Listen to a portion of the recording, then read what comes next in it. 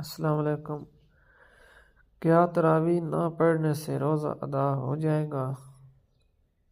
صورت مصولہ میں روزے دار تراویح چھوڑنے کی وجہ سے گناہگار اور تراویح کے اجر و ثواب سے تو محروم ہوگا، تاہم تراویح نہ پڑھنے سے روزہ فاسد نہیں ہوگا۔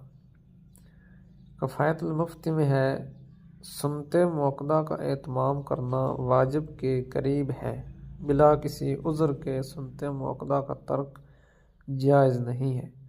جو شخص بلا کسی عذر کے سنت موقدہ ترک کرتا ہے وہ گنہگار اور لائق ملامت ہے۔